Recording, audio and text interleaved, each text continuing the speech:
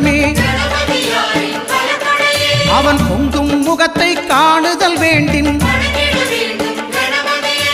அங்காரகன் அவன் தங்கும் இடமே அவன் பொங்கும் முகத்தை காணுதல் வேண்டின்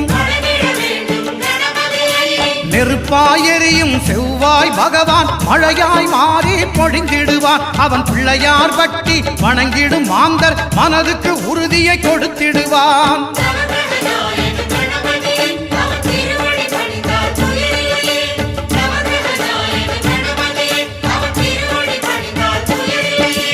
ஒன்பது கோளும் ஒன்றாய் காண அங்கு கற்பகம் என்னும் கடவுளின் மெய்யில்